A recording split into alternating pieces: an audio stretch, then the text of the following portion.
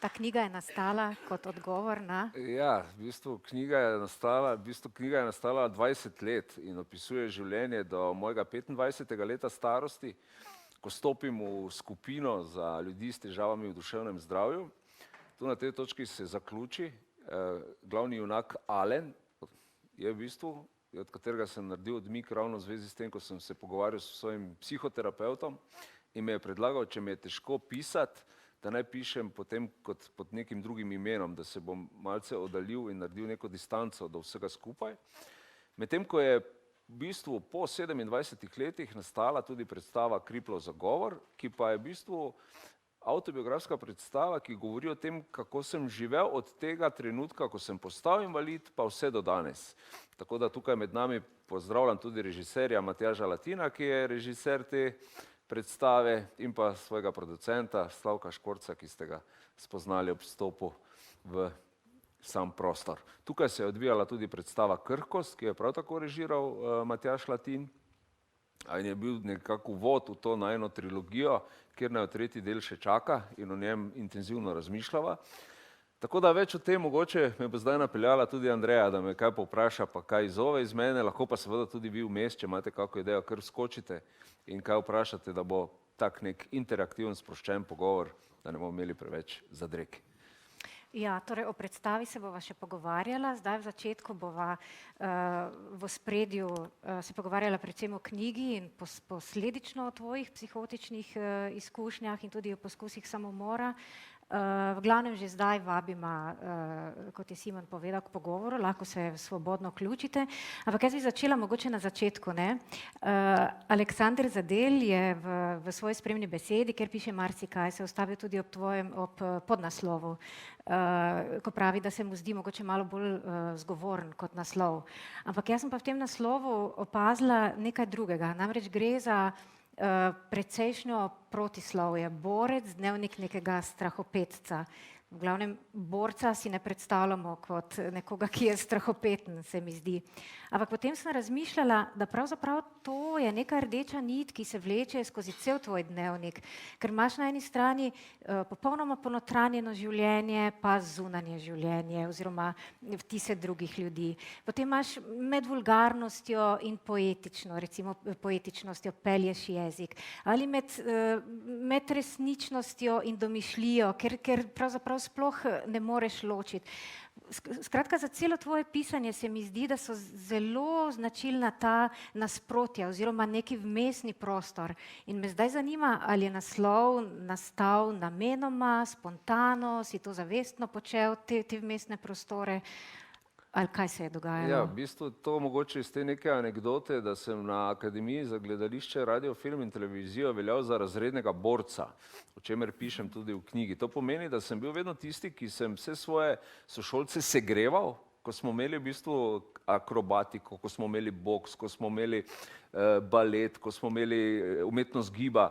Vedno sem bil jaz tisti, ki sem hotel iti v ospredje in da sem v bistvu ljudi segreval, delal razgibovalne vaje in sem bil neke vrste kot neki fighter v prvih vrstah.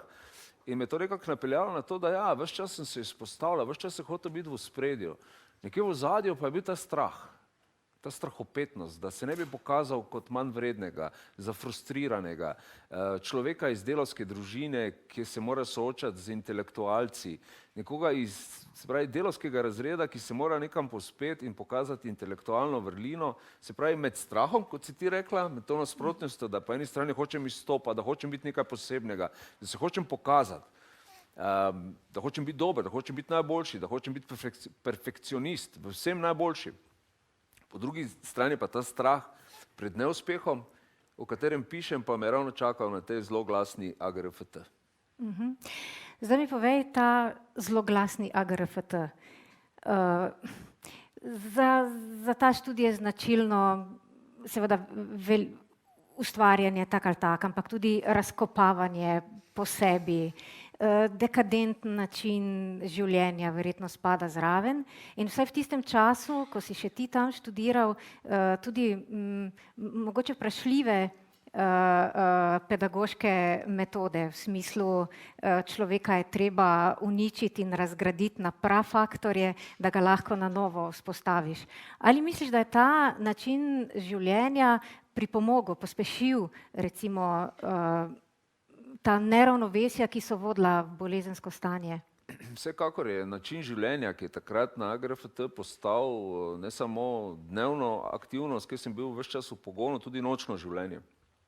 Namreč, dokler sem bil v srednji šoli, o čemer tudi malo pripovedujem v knjigi, je bil neki red, je bila neka disciplina. To pomeni zjutraj vstajanje, telovadba, šola.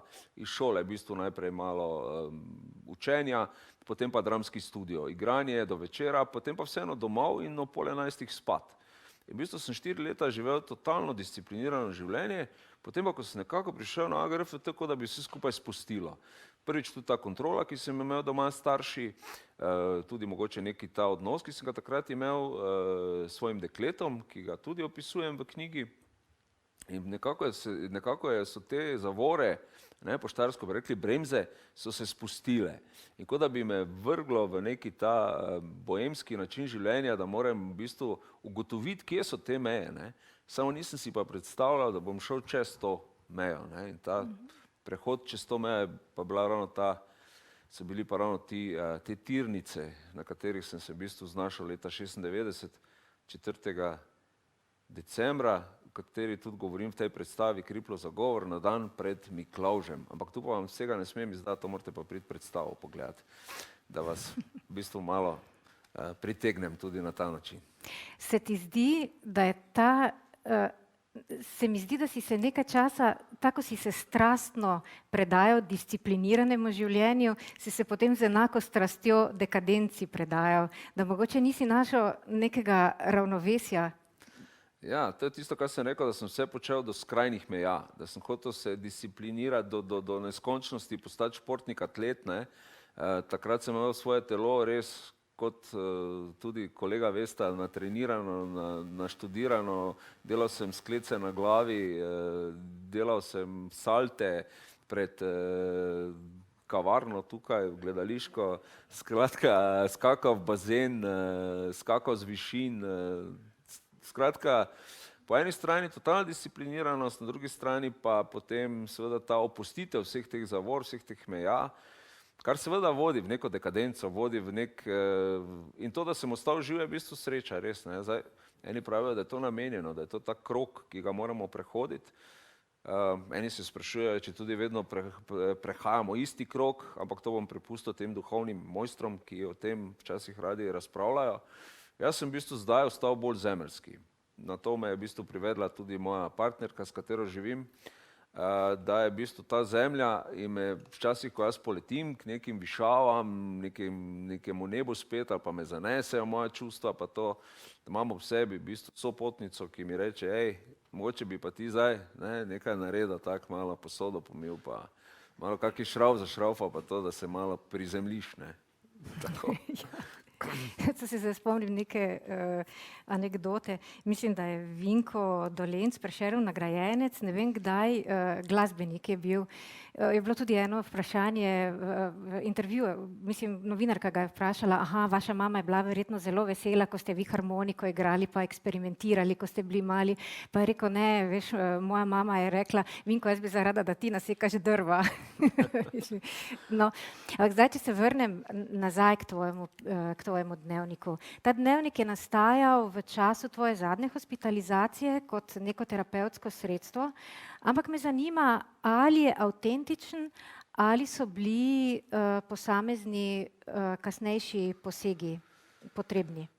Ja, v bistvu sem 6 mesecev res, tako kot tudi vam bom potem v enem od odlomkov prebral, pisal vsak dan.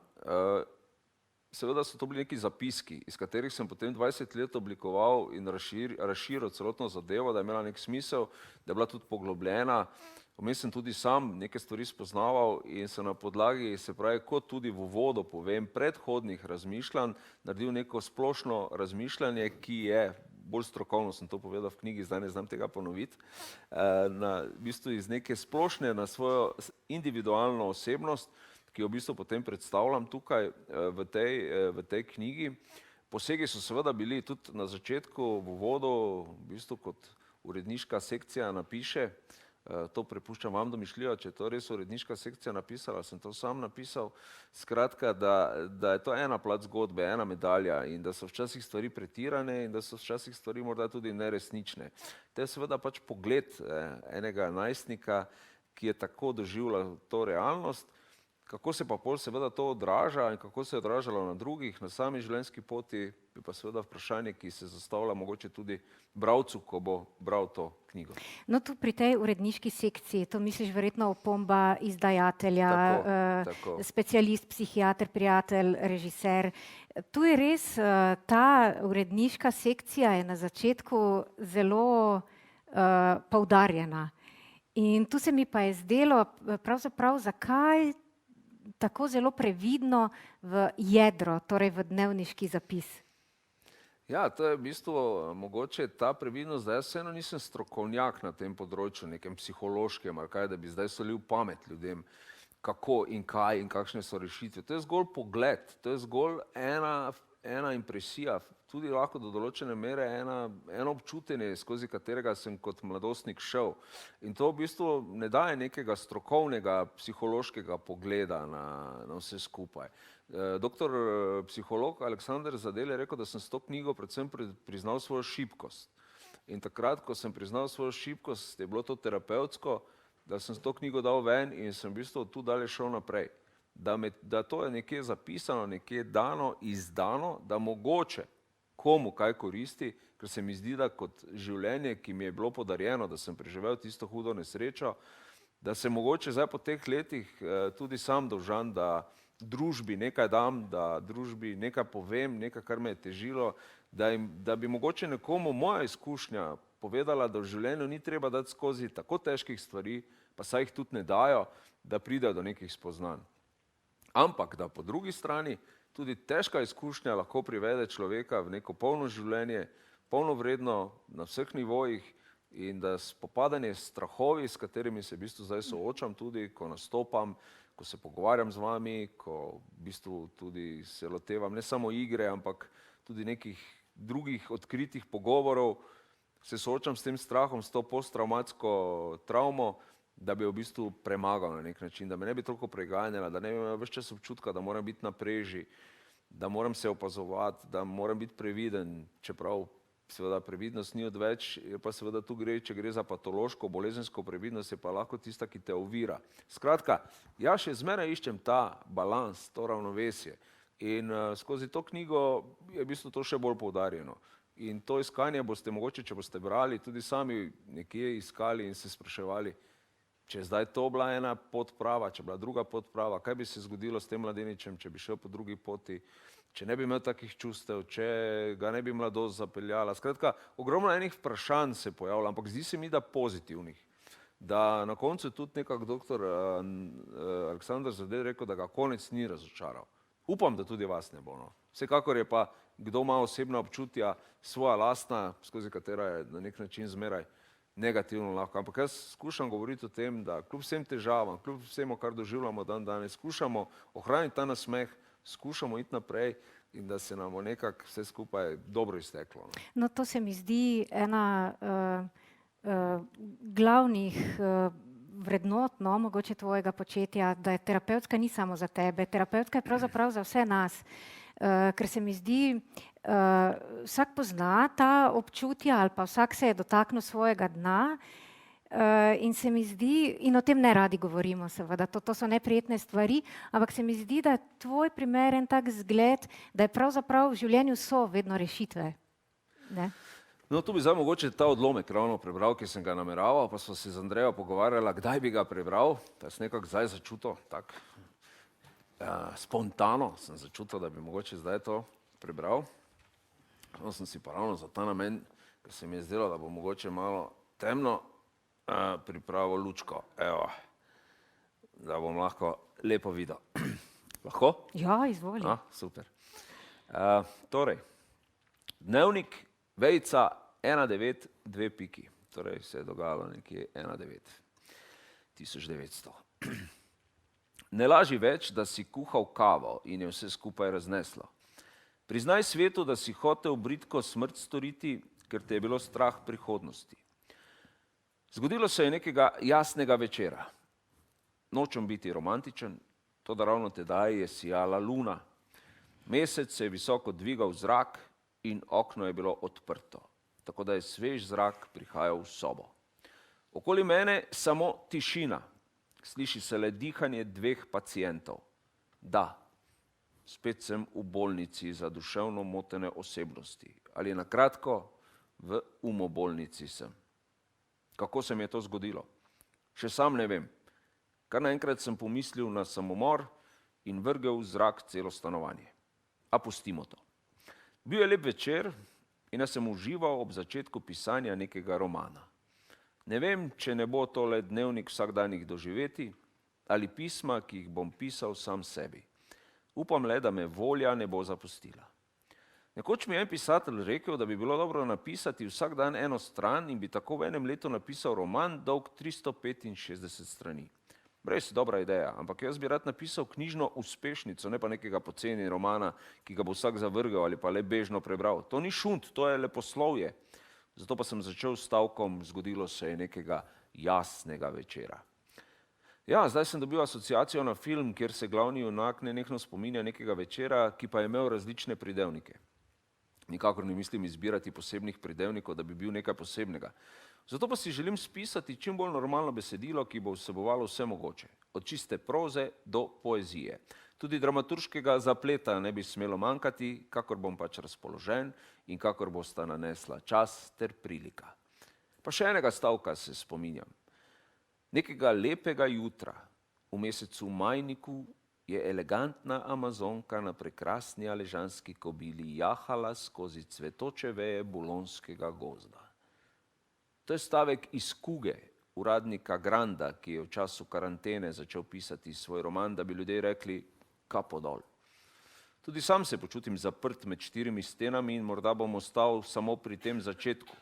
Pa vendar, če obstaja luč na koncu tunela, je morda moje pisanje okno v svobodo, v nov začetek. V prepričanje, da lahko sam nekaj spremenim in moja usoda še ni dokončno zapisana. Kaj ti nebo molči, nobenega dokončnega odgovora ne daje. Zakaj ne bi potem sam pričel s pisanjem novega scenarija o moji že zapečateni življenjski krivulji? 3 pike. Tako, nekako. To je recimo zdaj bilo primer tvojega razmišljanja, tvojega dnevniškega zapisa. Kot sem pa že prej povedala, imaš pa tudi zunanje komentatorje. To so režiser, prijatelj, profesorica, specialist, psihiater. In tu se mi zdi, da gre zopet za iskanje nekega ravnotežja, tega notranjega življenja, tvojega notranjega življenja in zunanjega opazovanja. Ampak zanima me, na kak način so ti komentarji nastajali? Ali si ti prosil te ljudi, da napišejo te komentarje in predvsem ti komentarji do tebe niso vedno zelo prizanesljivi. Na kak način si se z njimi spopadal in na kak način je nastajanje te knjige zaviralo, pospeševalo? Tukaj sem se spopadal z nekim literarnim izzivom. Namreč enkrat mi je en igralec rekel, ko sem mu poslal svojo dramo, ki sem jo tudi napisal, da preveč ene osebe vidi samo v tisti drami, da sem premalo naredil drug aspekt. In tukaj sem se v bistvu spopadal s tem, da bi v teh ljudeh, ki jih opisujem, našel karakter drugih ljudi, kako drugi gledajo na to, kako drugi razmišljajo o tem, kaj se mi je zgodilo. In pri tem specialistu psihiatrov sem skušal neko to objektivno noto dobiti, objektivnega pripovedovalca, ki se tu in tam vključuje v pripoved. Pri prijatelju sem hotel dobiti to zemeljsko, to v bistvu preprosto življenje, ki nima nobene veze z duhovnostjo, ki nima nobene veze z igralstvom, ki v bistvu povejo to, da igra, teater, vse to ni konec sveta, ampak so še druge stvari, ki so bolj pomembne na svetu. Potem sem imel režiserja, to so pa pač v bistvu bili vključeni nekako ti igralski kolegi, igralke, vsi ti umetniki, ki so me obdajali, kako oni gledajo name, kaj sem skušal doseči, kaj sem skušal dokazati, kako se njim zdi to moje početje, ta moj način pristopa k življenju, k umetnosti, k vsemu skupaj. Tako da tako da sem skušal ta aspekt dobiti. Potem pa sem tudi dal svoji profesorici za francoščino to prebrati, pa je ona rekla, da ji manjka v bistvu ženski aspekt. In tako sem se odločil, da vključim profesorco, kjer bom v bistvu dal nek način to, kako so tudi v bistvu ženske gledale name od zunaj, predvsem profesorce, za katere so vsi rekli, da me imajo vse ful rade, pa da sem bil taki priden, pošten, iskren, ne, in se mi je zdelo, da moram to ironizirati malo na nek način, da pokažem v bistvu tudi ta aspekt slovenske pridnosti v današnjih časih, ne, ki zmeraj ne prinaša uspeha, ti pa prinaša mogoče neke ugodnosti v nekem določenem življenjskem obdobju, seveda pa ne daje nobenega zagotovila za prihodnost. Tako nekako, no, sem si zamišljal te like v sami... Ti si zamišljal te like ali so ti liki pisali? To sem v bistvu sam pisal, v bistvu te like. Tako da sem vesel, če koga prepriča, da je to dejansko res, da so to drugi pisali, ker nekako opisujem tudi o tem, da je psihiater me prosil za te zapiske in da je tudi prosil me, da tudi druge malo poprosim za to, da o meni pišejo in da to vključim. Tako da ta psihiater neki taki alter ego, ne, s katerim so v bistvu tudi, on je dal v bistvu tu not zadaj, dr. Bojan Filipič je napisal eno kratko misel, sem ga prosil, on je zdaj šel v pokoj po 27 letih najinega sodelovanja. Tako da je mogoče tudi to vzrok, da sem izdal to knjigo, ker mogoče je tudi psihiater neke vrste bergla, ne, na katero se zanašaš, ki jo ves čas nosiš s sabo in je v nekem trenutku treba reči, da zmoreš tudi brez tega. Se pravi še enkrat zelo jasno, vsi komentatorji si ti. Tako, si vsi komentarji, vse sem sam napisal, tudi tega, kaj je, no, da uredniški odbor, pa to vse. To je v bistvu... Moram pa reči, da mi je v zadnji fazi tudi Matjaž Latin, ki je danes tukaj, ko je bila ravno čas karantene, sva bila dosti v navezi in me je tudi on zelo napeljal na neke stvari, ko so se pogovarjala o tem, da dejansko mi je dal neke smernice, kot mi jih predstavi tudi dosti krat, kot nek moj mentor, pedagog, igralski, pomaga, da v bistvu iz mene vleče stvari, za katere sem v bistvu mislil, da sploh niso v meni, da jih nisem sposoben, in da sem v bistvu v času karantene, ravno tega covida, epidemije covida, dokončal ta roman in se odločil, zdaj pa moram zaključiti, pa konec, pa neham pisati to. Zdaj smo bila dosti v pogovori, ker smo imela oba čas, smo bili zaprti in to nekako... No, ker mene si prelisičal, vse to veš. Jaz sem zares mislila... Ampak jaz nisem zdaj hotel tebe izdati, No, jaz se sama izdam. Jaz sem res mislila, da so to zunanji komentarji in sem celo našla imena pa priimke. Ker namreč z Andrejo smo bila v srednji šoli sošolca.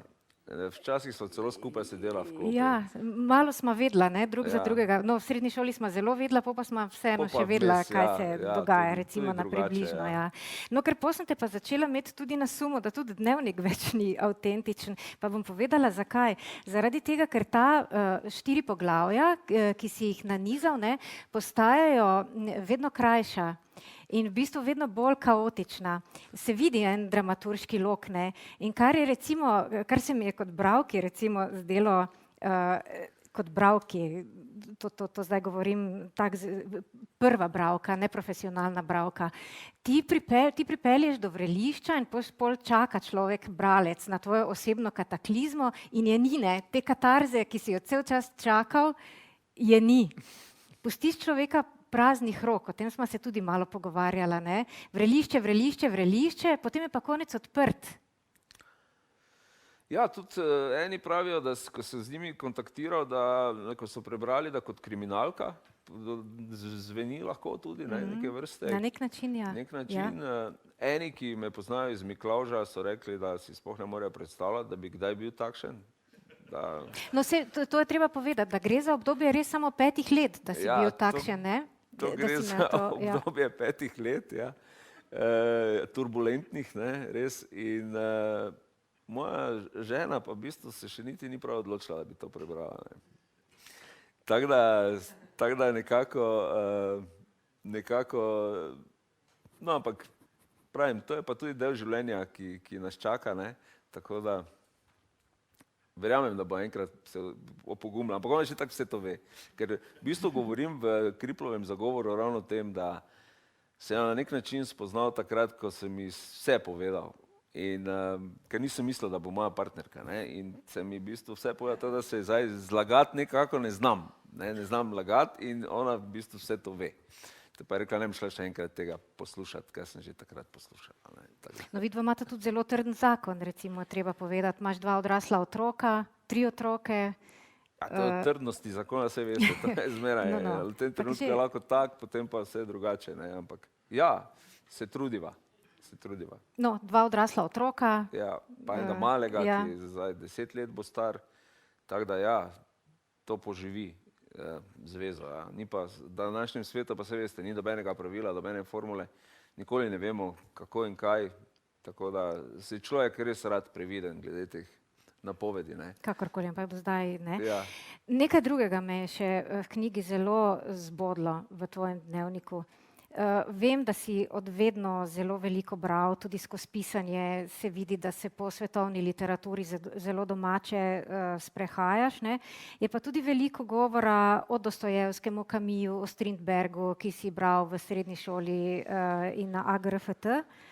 Ampak pravzaprav začelo se mi je zelo spraševati, zelo sem se začela spraševati, ali je branje res v vseh primerih vrednota? Kaj pomeni nezrelo branje? Kaj pomeni prezgodno branje? Kaj mogoče pomeni šolski kurikulum, ki bi se moral mogoče bolj prilagajati zrelosti dijakom? Ti si imel namreč tudi zaradi tega kar nekaj težav. Ja, to je eden od problemov, ki jih navajam v romanu, da če še ne dovolj zrel bereš neke knjige in jih razumeš dobesedno, da te to lahko zavede. Ker jaz sem potem naknadno, že ko sem potem pisal kasneje roman, sem šel še enkrat brati vse te knjige. V bistvu sem jih šel še enkrat prebrati z nekim drugim videnjem, z nekimi drugimi emocijami, izkušnjami in sem seveda čisto drugače gledal na vse skupaj in mi je neke stvari dosti bolj, ne vem, če lahko rečem, jasne postale, kaj je v bistvu avtor hotel povedati, kaj nam je Dostojevski pripovedoval, Camus. Jaz sem bral Camusa Uporen človek in meni je bilo jasno, da je treba iti v revolucijo, da je treba posekati, da je treba streljati, da je treba se boriti, da je treba iti na barikade, ne.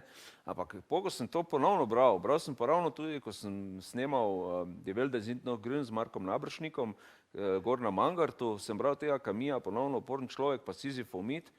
Nekako tam, na 2000 metrih, ko sem snemal ta film, nekako postalo jasno, da Camus govori o tem, da si moramo postaviti meje in dokot grejo naše meje. In da vsak človek, ki spozna svoje meje, dokot lahko gre, je to bogatstvo, ki ga mora ohranjati. In ravno v tem uporu, ne, ko on govori o tem upornem človeku, ni v tem, da mi gremo na barikade, da mi streljamo, da se mi pobijamo, ampak da ravno nasprotno govori o tem, da moramo se umiriti, da moramo najti svojo svobodo, notranjo svobodo in znotraj teh meja, ki jih mi obvladamo, dokoder smo sposobni, da gremo, da znotraj tega v bistvu delujemo, da ne izstopamo nekam, kjer ne moremo, kjer ne zmoremo in da moramo priznati, da kaj ne zmoremo. Zato pravim, ne, da v tistem trenutku, ko sem pa jaz Camusa bral na začetku, pa je bilo tudi tako, da sem vsem v razredu rekel, pa vi ste vsi, ne vem, neumni, zakaj sploh hodite v šolo, zakaj, ne, in sem jih žalil, ne, in sem žalil svoje sošolce in seveda sem potem doživel na odpor in sem tudi marsikdaj potem v tistem mladostniškem času doživel poraze in nasprotovanja in negodovanja in sem tudi marsikoga prizadel takrat s tem. No, ampak v tistem času smo zelo veliko brali, vsaj v našem razredu, ne, nam je to bil tudi malo statusni simbol, ampak smo bili verjetno marsikdaj nezreli. Tudi najbrž, ko ste delali predstave, tudi najbrž dramski studio v nekem smislu je bilo mogoče prezgodaj za preveč nezrele ljudi, ne vem. Ja, tako kot pravijo Timeo homini unius libri, nekako tako, če sem sklone prav povedal, bojim se človeka, ki je prebral samo eno knjigo, je tudi s tem podobno, ne? Če ti bereš pa ne razumeš, je lahko to bolj nevarno, kot pa če ne bereš, potem boljše, da ne bereš. Ne? Tako da neka distanca mora biti do vsega, zmeraj. Mislim, tudi kot igralec sem se potem naučil, da to, kar igram, ni zares. Ker najprej sem seveda v tistem obdobju akademije želel, da je vse zares, da vse čutim, da kri teče, da me boli, da se vržem skozi okno, pa potem hodim po eni nogi, skratka, vse sem hotel zares. Potem pa sem seveda s časoma tudi spoznal, da igra ni bila problem. No, to je družina, tudi žena bila zraven, zdaj ravno sem videl. V glavnem pa Alenka, Tetiškovič igralka. Skratka, nekako to distanco spostaviti do vsega, imeti to neko varno razdaljo, da veš, da je vse fake, da vse zaigraš, da na nek način manipuliraš z občinstvom, ampak da manipuliraš iskreno. To pomeni, da ne nočeš nič žalega, da nočeš nič hudega, da ljudem samo kažeš eno sliko, en primer nečesa, kar se lahko zgodi, kar se ljudem dogaja. In to nas potem presune s katarzo, v kateri ti praviš, da sicer v knjigi nisi doživela, ampak jaz pa verjamem, da lahko tudi s to knjigo neke vrste katarzo doživiš, no. Na svoj način sicer, ampak ja. No, sej, zagotovo. Mislim, govorila sem o tej formalni katarzi, ne, ker to sem ti tudi povedala, če zdaj o svoji bralski izkušnji govorim. Mene je ta knjiga čustveno grozljivo pretresla, da se niti nisem zavedala, kako zelo, in mi je zelo ta najstniška občutja od nekod spet ven, da sem jih intenzivno občutila. In v bistvu, ko sem drugič začela to knjigo brati, se mi je zdelo, da je še sploh nisem brala. In to je problem, ker književnost je v prvi vrsti stvar čustev. In zdaj na to distanco se človek mora natrenirati, ne, verjetno. Nekaj zrelosti, nekaj izkušnje so potrebne. Pa še nekaj me mogoče v zvezi z branjem zanima, ali je to res v knjigi, namreč piše, da v času hospitalizacije leposlovja niste smeli brati, poučne literature pa, ali to ne drži? To je tak, ne. To je, da je vladala neko vampirstvo v umobolnici, ne.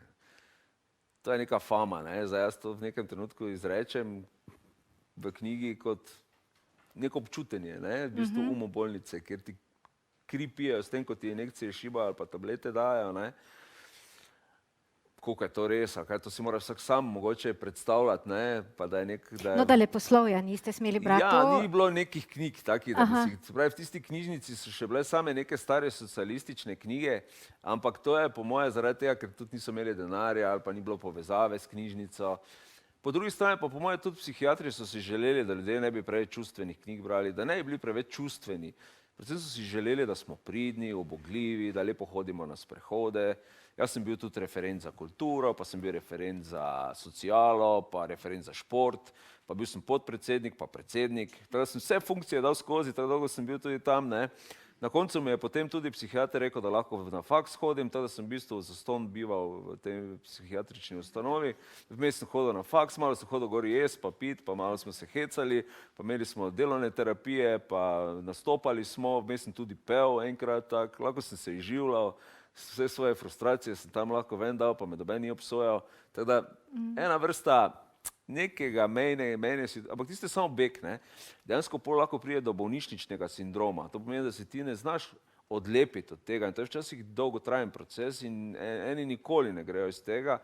V bistvu sem opazoval pri mnogih bolnikih s težavami v duševnem zdravju, da se vračajo, da se radi vračajo v ustanovo, ker jim to neko varnost daje, ker jim to neko sigurnost daje, tam se rehabilitirajo, ponovno se stavijo in ta vstop v realno življenje je seveda zelo težek korak.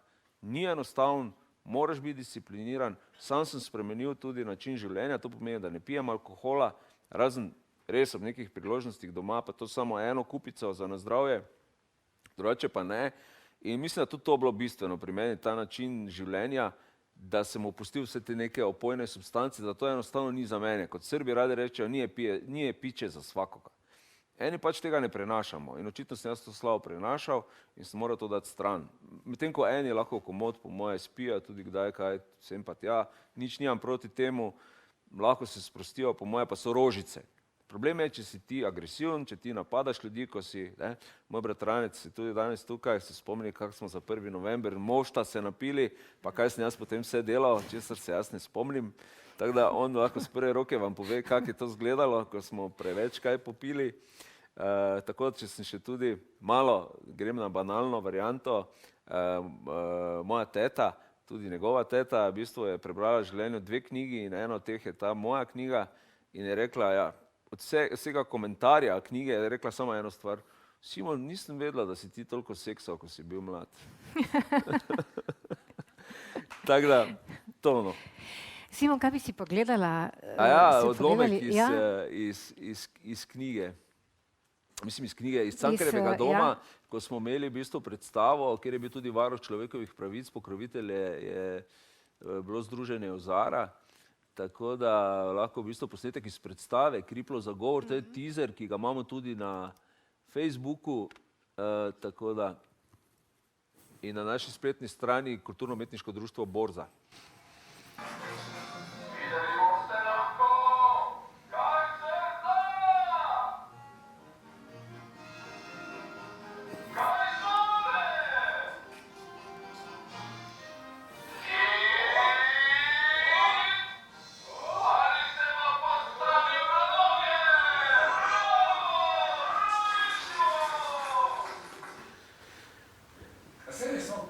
Kaj vas zanima meni?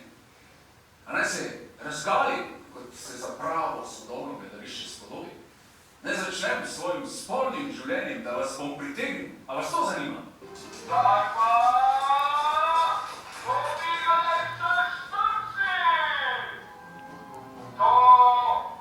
Poleg tega, da imaš priznano telesno higo, imaš zraven še duševno motnjo. To pomeni, da imaš puni program in lahko izkoriščaš svoj položaj do konca svojega življenja.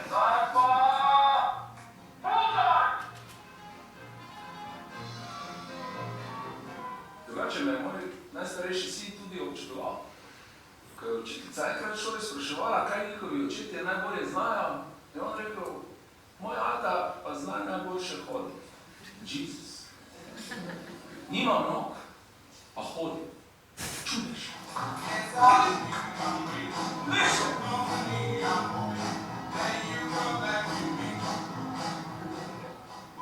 Ko pa sva z režiserjem Matjažem Latinom začela delati to predstavo, so me začeli obdajati dvomi, hudi dvomi. Če naj sploh delam to predstavo, če naj govorim o sebi. Pa k meni je ravno vseeno, kaj bo ljudje rekli, pa še malega otroka imam. Mi lahko govoriti o intimnih in delikatnih zadevah, zavedam se to, ne? Posebej, kaj te vključuješ domače. Ampak zdaj si ti boš govoril o svojih izkušnjah, ki imaš kot invalid. Pa to ni nobena sramota. Večina ljudi meni, da so invalidi paraziti, kaj še le kulturniki. Ankete so namreč pokazale, da večina Slovencev meni, da bi bilo povsem dovolj, če bi se s kulturo ukvarjali zgolj za hobi. Ne pa da živite na državne stroške. Potem pa sem si rekel, ej, stari, ne pretiravaj. Bodi to, kar si. Povej končno enkrat v svoji predstavi, kdaj si postal takšen. Vabim vas na popotovanje skozi moje življenje.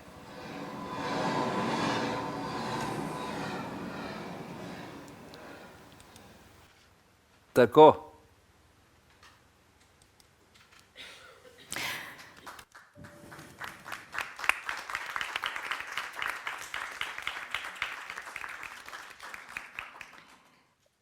Zanima me, če ti je bilo, leta 2012 si zopet začel igrati, predtem si bil pa lektor, v bistvu si cel čas bil povezan z gledališčem, ampak kdaj si se odločil, na kak način si se odločil, da bo zopet začel igrati? Je bila to težka odločitev? No, tukaj med nami je tudi članica iz Društva paraplegikov Podravja, simpatizerka, ki ve, da sem jaz v bistvu ves čas nastopal bolj ali manj, samo amatersko, ljubiteljsko. To pomeni, da sem vodil neke prireditve, zabave, tudi ta literarni večer v Kazinski dvorani sem povezoval, na dnevu v bistvu mobilnosti sem bil nekako, ves čas sem bil nekako v tem, da sem vadil to nastopanje otrokoma. Takrat, ko sta še bila samo dva, in zdaj tudi temu tretjemu, sem skozi zvečer na glas bral razne stvari, od bajk, pravljic, slovenskih pravljic. Se pravi, sem ves čas vadil. Zato tudi priporočam vsakemu, ki bi se ukvarjal z igralstvom, da v bistvu vadi na glas branje, prima vista. To pomeni, da sem ves čas bral pravilno slovensko, tudi zborno, sem se v bistvu udejstvoval v tem, vmes sem imel tudi kakšne intervjuje, ljudje so me povabili. Skratka, nisem bil čisto izven tega. Nekako sem z eno nogo bil, nisem bil pa profesionalno. Se pravi, delal sem to, ampak nisem bil plačan za to. No, ampak profesionalno. Prav profesionalno pa sem v bistvu tudi leta 2012, še preden mi je direktor Ptujskega gledališča ponudil, Peter Srbčič ponudil vlogo v Mahmudu, begunca, ki sem ga takrat igral, ki pride na minsko polje. Sem še predtem, malo predtem, tudi eno profesionalno vlogo imel, to pa je bilo v bistvu z Majo Milenović-Vorkman na samem, takrat, ko je bila Evropska prestolnica kulture, ker sem pa na SNG Mariboru na odru, starem odru, smo imeli en performance. Ker sem v bistvu s svojim telesom, takrat sem bil še bolj fit kot zdaj, pač, ampak ja, in sem takrat v bistvu imeli en performance, ki smo ga izvedli, tako da tisto je bil nekako uvod, nekaka vaja za to, da sem potem s tem Mahmudom, ki še ga zdaj igramo, mimogrede sem ga nazadnje igral zdaj 7. marca v gledališču za šole, ki to zelo dobro sprejema, kakor tudi Krkos pa Kriplo za govor, kjer v bistvu na nek način ljudi vzgajam, se pravi, je ta moj proces, to moje odkrivanje, razgaljanje je potem trajalo, potem je tudi Marko Nabršnik ponudil vlogo v filmu, tisto mi je nekako odprlo vrata, tam sem nekako potrdil to, kar so nekako že tudi v mladosti mi govorili, da sem talentiran igralec, jaz sem se zafrkaval, da sem talentiran, ampak v bistvu so me tudi v gledališču kot lektorja sprejeli bolj, sem imel bolj odprta vrata, ker nekako veljalo, da nisem tisti zafrustriran, žalosten lektor, ki mu ni uspelo nastopati ali pa igrati. Tako da sem z veseljem kot lektor sodeloval z igralci, rad jih imam igralce, to je bistveno, ker se včasih počutijo ogroženi na odru in če ti pristopiš k njim s takim, da jim boš njihov učitelj, pa da jim boš pamet selil, ne marajo tega. Se pravi, ta igralski ego je močan in sem jaz tu v bistvu znal potlačiti svoj ego in pristopiti, tako da sem rad opravljal, pa še zdaj rad opravljam lektorsko delo, pa tudi še petalec sem včasih, tudi to rad opravljam. Skratka, tudi lektor na večeru. Skratka, vse različne stvari rad delam, kar pač znam, tako da včasih edino ne poslušam doma vsega, kar mi rečejo. Kaj pa take z Matjažem, mislim z Matjažem Latinom, ki je danes tudi z nami pogosto sodelujeta, ampak to so take zelo avtobiografske stvari, boleče stvari. V enem intervjuju si povedal, komedija je tragedija plus čas. A je to, na ta način se je težko na kak način to sprejmeš? Seveda, ta stvar, če hočeš biti na odru iskren, ne sme biti samoumevna. Se pravi, to moraš delati, tako kot mi enkrat rekel Matjaž, ko boš šel na oder, delaj to, kot da zadnjič v življenju igraš na odru. Kao s takim žarom bi moral zmeraj, ampak seveda to zmeraj ne gre, so boljše, slabše verzije. Tudi s tem se sprijazniš z leti, potem veš, da ne moreš biti v vsaki predstavi najboljši. Ampak ja, nekako. Kaj si že točno vprašala? Zanima me, če se ti je težko razgaljati, če je težko na nek način se zafrkavati iz sebe. Seveda, zato pravim, da to ne sme izgledati samoumevno. Če zdaj jaz ves čas na pladnju nosil svoje življenje, to tudi nima nekega smisla. Se pravi, mora biti z neko distanco, mora biti z neko, vseeno moraš ti zavarovati sebe, ne moreš ti se razgaliti v celoti. Seveda kot lik na odru se pa lahko, ker daska, ko ji život znači, prenese vse, oder prenese vse in zato je lažje na odru. Mislim, težje je mogoče zdaj tukaj v pogovoru, mi je težje kot pa na odru, mi je tam lažje. Ko pravim, zato tudi tretji del trilogije, ki jo namerava z Matjažem narediti ravno v tem smislu, da bi izstopil iz tega svojega karakterja, na nek način iz tega varnega zavetja, tega, kar sem jaz, in bi poskušal odigrati nek lik, ki bi imel neke svoje lastnosti specifične. Seveda ti kot igralec ne izstopiš čisto iz svoje osebnosti, da bi zdaj se transformiral, tako se je, ne vem, Dustin Hoffman v Rain Manu, ali pa ko so bile neke te vloge, kot se je Al Pacino v Von po ženski, ker tudi nimaš tega časa, da bi se tako dolgo pripravljal na eno vlogo, naredil to transformacijo. Skratka, da znotraj nekega lika, določenega lika, ki ima nek problem, dramaturški problem, ki ga skuša razrešiti, pa ga mogoče ne razreši. Skratka, tu nekje zdaj iščemo neko varianto, da bi poskušal tudi res pokazati ne samo, da sem igralec, ki znam igrati sebe, ampak da sem mogoče igralec, ki zna odigrati nek lik. Ampak nič hudega, če mi ne uspe, si zmeraj rečem, še zmeraj sem lahko lektor, pa še petalec, tako da to so zmeraj neki izzivi, ki so seveda v življenju, se mi zdi, dobrodošli. Ja, to je res. Saj tudi ustvarjanje je na nek način bistvo tvojega bitja, se mi zdi. Tudi to pisanje, lektorstvo je tudi na nek način ustvarjalno. Čeprav se mi pa zdi, da v Naberšnikovem filmu pa ne igraš ravno sebe. Sej zato pravim, ja. da mi je ta film, ki sem ga odigral takrat, Gozdovi so še vedno zeleni, nekako malo bolj odprl ta vrata. Da še kje Tam je dobim namreč kakšno prva vlogo. svetovna vojna, Tako. ti igraš oficirja Kopeckega, ponesrečenega. Ja. Ja. No, tam nisi ti. Ne, Ja. se zato pravim, ne, da pač to je neka skrita želja, tudi so mi ponudili v Kranju, ker sem igral zabavo za Borisa, sem tega Borisa, ampak tam sem vseeno amputirance igral, ne. Pa recimo Develda Zindogris sem igral invalida, ne. Ja, to je res. Zato je v bistvu tudi neka skrita želja, da bi pač odigral nekega, ki ni invalid, ne. Ki pač, sicer bi seveda igral verjetno tak vlogo, da ne bi zdaj skrivali, da težko hodim ali pa kaj takega, ampak da bi pač igral nekoga, ki ni invalid, recimo. Zakaj bi moral stalno igrati invalida, ne? Sem pomislila Hamlet, ne vem zakaj. Ne, to je pač, Je malo mlad mogoče že. ja, to je Ja. v enem intervjuju, Klavdij. zdaj ravno so mojega profesorja Matjaža Zupančiča vprašali, če bi Simon lahko igral Hamleta, ne? A ja. Pa je on v bistvu celo rekel, da bi lahko, ne? Ampak seveda specifična umetniška predstava s svojim pogledom, avtorska predstava, kot jih je danes ogromno, ne? Pa mogoče ne, si pravijo, ja, to je neka skrita želja igralcev, da je Hamlet vrhunec njihovega ustvarjanja, ne, ampak nimam nekega fetiša na neko vlogo. Skratka, tudi z Matjažem, ko smo delali en Krhkost in Kriplo za govor, ni bila zdaj to neka ful premišljena stvar, v katero smo šla, ampak se je prišlo nekako postopoma, spontano. Za Krhkosti, recimo, sem jaz Matjažu govoril, da bi igral Sokratov za govor ali pa enega kritika gledališkega. Pa je rekel Matjaž, ker je bilo ravno to v času covida, pa smo takrat delali Luna Park Kuga na Ptuju, kaj pa če bi ti Krhkost igral, pa je še bil takrat Jean-Claude Carrière živ, pa sem prav njemu napisal pismo, če lahko uporabim njegov esej, ki sem ga tudi sam lektoriral in ga je v samozaložbi izdala ravno ta profesorica Danica Geršak, pa mi je odpisal, ja, z veseljem, upam vam, da v francoščini mi je napisal, da mi želi obilo veselja ob ustvarjanju. In ravno ko sva midva 1. februarja začela leta 2021 dela to predstavo Krhkost, 8. februarja na naš kulturni praznik pa je v 90. letu starosti Jean-Claude Carrière umrl. V spanju na svojem domu v Parizu.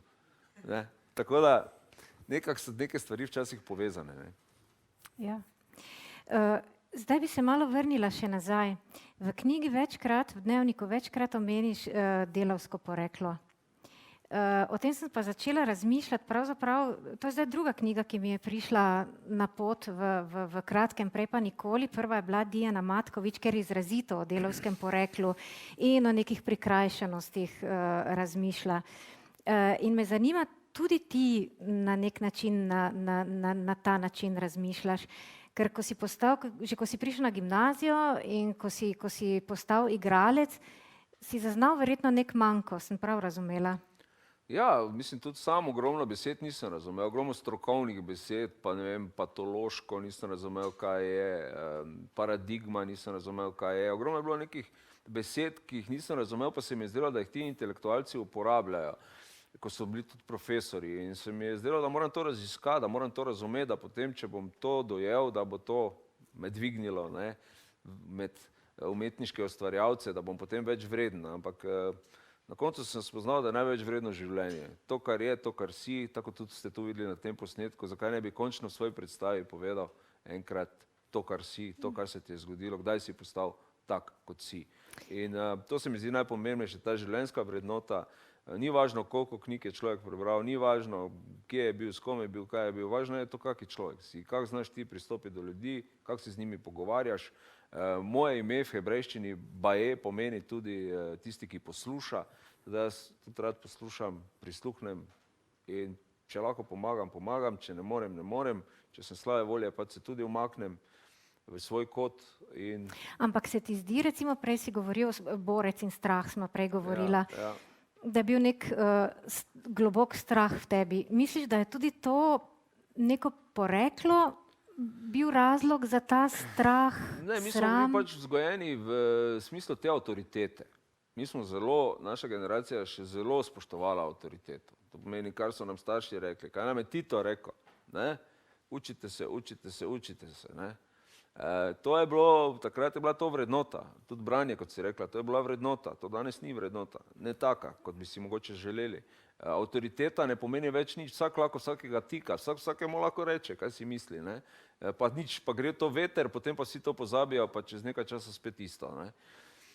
In mi pa smo še bili nekako vzgojeni, čeprav zdaj zvenim kot stari ded, ko pravi, ko bomo mi šli, nema več tako, pa nikoli ni bilo tako, je bilo, ne, ampak pol je vedno isto, pa vedno novo, pa vedno pridejo mladi, pa vedno so nove stvari, skratka ja. Ampak ta avtoriteta, predvsem ta strah pred avtoriteto, ko meni profesor nekaj rekel na akademiji, jaz sem to vzel zdravo, zagotovo, ne.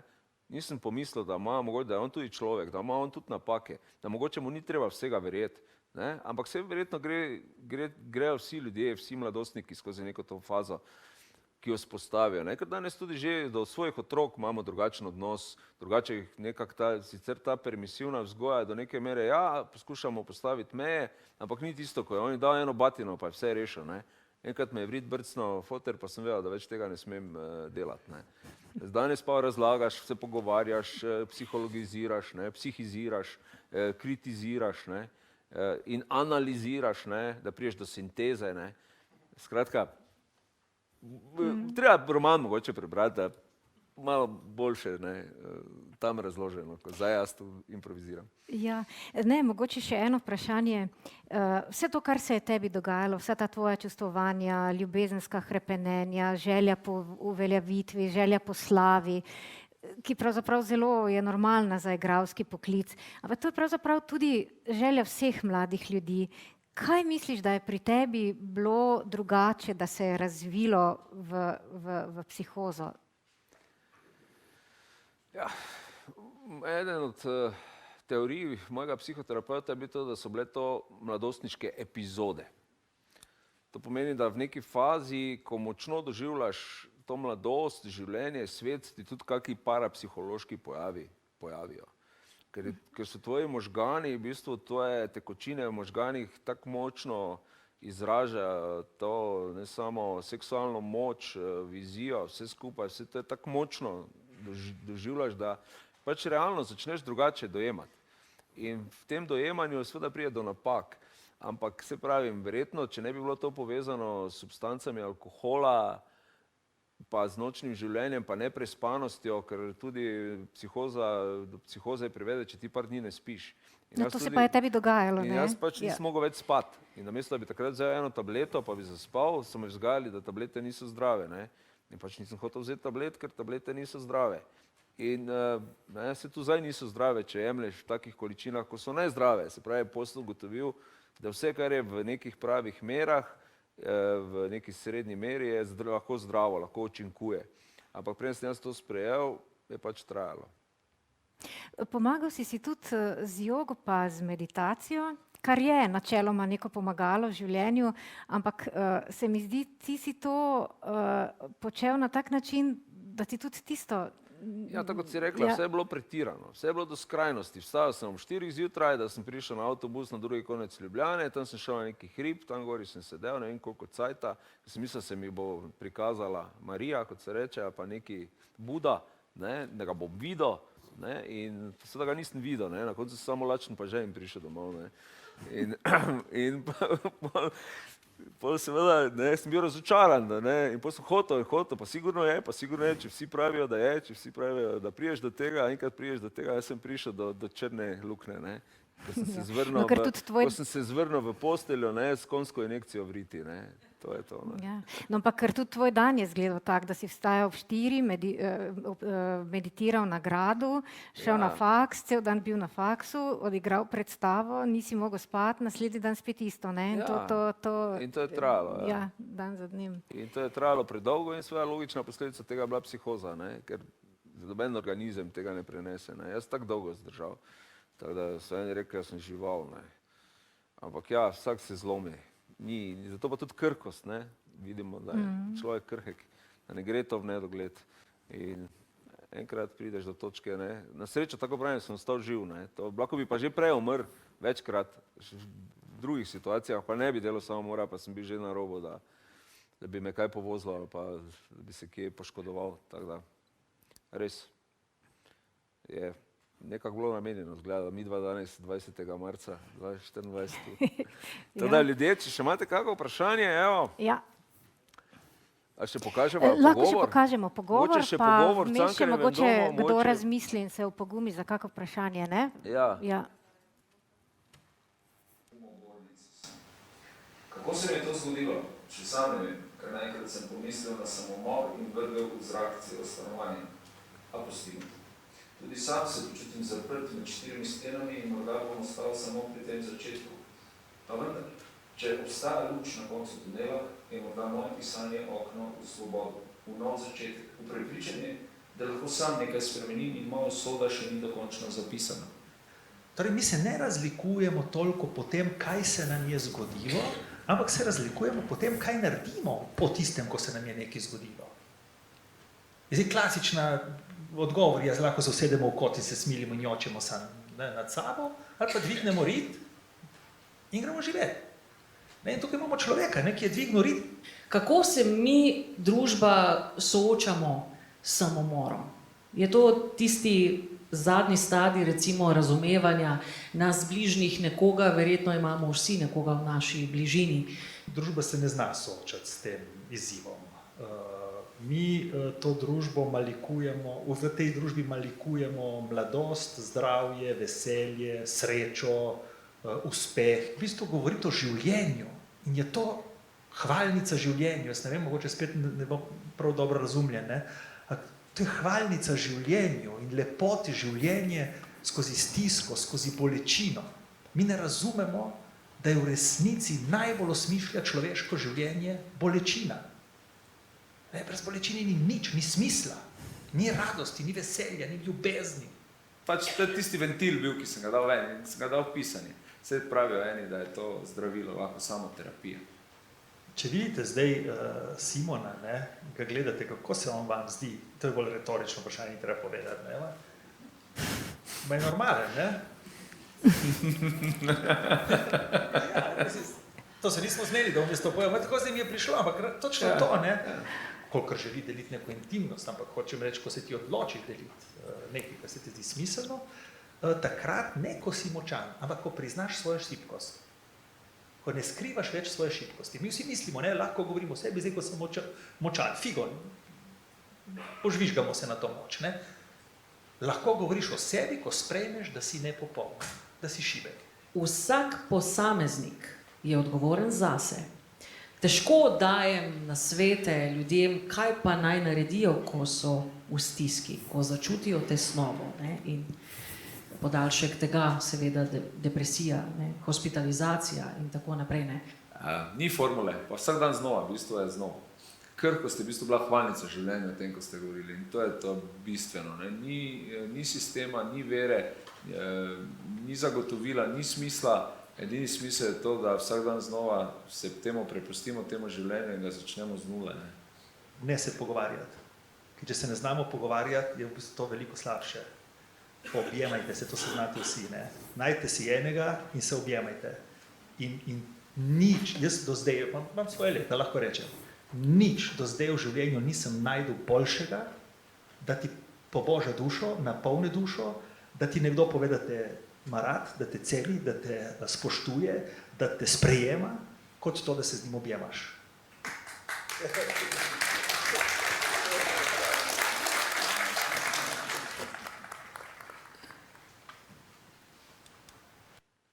Lep zaključek, ne? Mogoče bi te še kdo rad kaj vprašal? Ja, no. Kakšna vprašanja?